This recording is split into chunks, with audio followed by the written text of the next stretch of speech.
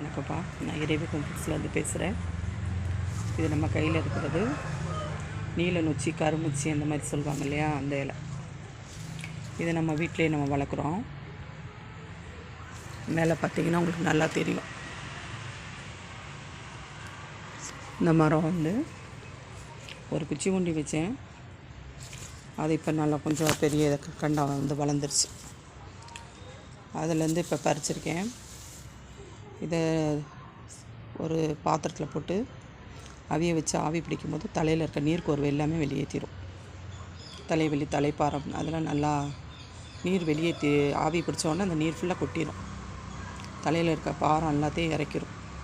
நீர் ஃபுல்லாக வெளியேறிச்சுன்னா தலைப்பாரத்தில் உள்ள கபால நீர்னு சொல்லுவாங்க இல்லையா, அந்த நீர்க்கோர்வை எல்லாமே நம்மளுக்கு வெளியேறிச்சுன்னா நல்லா ரிலீஃப் ஆயிடும். தலைவலி குறைஞ்சிடும். வேணால் நீங்களும் ட்ரை பண்ணி பாருங்கள். வீட்டை சுற்றி நம்மளும் ஒரு செடி வளர்க்கணுன்னு முயற்சி பண்ணுங்கள்.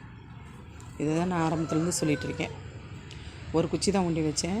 அது வந்து ஒரு பெரிய மரமாக இருக்குது. அந்த மாதிரி நீங்களும் செடி வளர்க்க முயற்சி பண்ணுங்கள்.